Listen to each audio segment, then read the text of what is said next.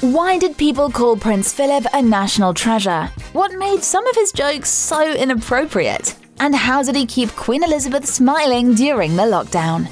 Hi, I'm Joy and you're watching OSSA. This honourable man would often say quite controversial things. Some people said that he was rude and plain insensitive. But at the same time, others called him a national treasure for his exceptional sense of humour. I didn't know I was going to be given a cheque for $5,000 for turning up.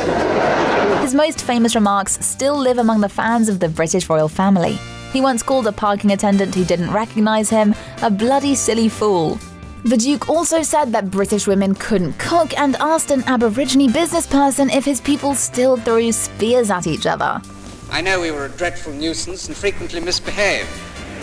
Whether the Duke of Edinburgh genuinely thought that his quips were funny or he just lacked tact, he definitely became well known for them. Britain is not just an old country of tottering ruins inhabited by idle roués in eyeglasses. But he himself would often say that many of his statements were blown up in the interest of an eye-catching story. After all, Philip didn't only aim his trademark sense of humour at others. He'd also say funny things about himself. Polo is taking place at quite a high speed and it's rather athletic. There comes a time in your life when you don't want to be quite so athletic anymore. For example, when he was approaching his 90th birthday, the Duke of Edinburgh announced, "Bits are beginning to drop off." This is what he commented about the fact that the Queen decided to call their children Windsor, not Mountbatten. "I'm just a bloody amoeba." Hilarious, right? I think that must have been almost as surprised as you are at the sound. And when in 1990 Prince Philip visited the National Press Club in Washington, he recalled that the last time he was there was 40 years earlier. "It makes you realize how old I am," he joked then. Oh, and of course, he'd also tease his son Charles. He's younger than I am, funnily enough. He may not look it. Still, at times, the things Prince Philip said were truly inappropriate. This place. For example, when he talked to a British student who had just returned from a trek to Papua New Guinea, he asked, "So you managed not to get eaten then?" When he was in Australia and was asked to stroke a koala, he observed, "Oh no, I might catch some ghastly disease." And in 2009, he met Barack Obama for the first time. The then president recounted how he had met British politicians as well as Chinese and Russian leaders before him and the Queen. So Philip asked, "Can you tell the difference between them?" But if you think that everyone hated his remarks, you're oh so wrong. In fact, many people would say that he merely attempted to make others more comfortable in a formal situation and would deliberately say something inappropriate but refreshing. The world's most experienced pluck unveiling. The way he ignored political correctness made him so different from many others, especially in today's world. Besides, just like with many other gags, you had to be there and see him saying all these things to appreciate how funny they actually were. Philippines are half empty. They're all here. And, well, he couldn't be any other way.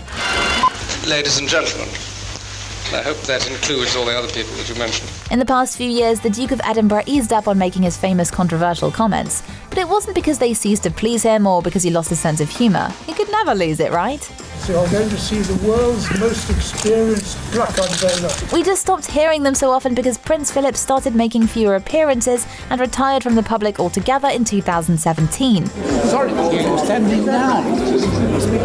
I can't stand up much. But his family, and especially the Queen, always enjoyed his remarks and found them funny. There are many photos of the two of them giggling. For example, during her coronation, Philip reportedly said to Elizabeth, "Where did you get that hat?" Yeah, about the crown. It certainly eased the tension on that momentous day. Sure, she had to be very patient about all his remarks. The Duke of Edinburgh once said about his wife, "You can take it from me, the Queen has the quality of tolerance in abundance." Oh yes, you get used to anything, you'd be surprised. And his grandkids also enjoyed his funny side. Here's what Prince Harry said when Philip passed away. He was authentically himself, with a seriously sharp wit, and could hold the attention of any room due to his charm. And also because you never knew what he might say next. Oh, he's so right. And William shared about his infectious sense of adventure, as well as his mischievous sense of humour. In 2020, Philip was the one who kept Elizabeth smiling when the lockdown and social isolation began. The managing editor of the monthly Royal Majesty magazine, Joe Little, even said that the way it allowed the royal couple to spend more time together is the best silver lining of the coronavirus. Philip would make her laugh, and the ridiculousness of some of his remarks kept her amused. After all, Queen Elizabeth has always been a social person, so she needed her husband's support during this challenging time. Prince Philip, we'll definitely miss your naughty sense of humor. Thanks for making us and the Queen herself laugh for all these years. Rest in peace.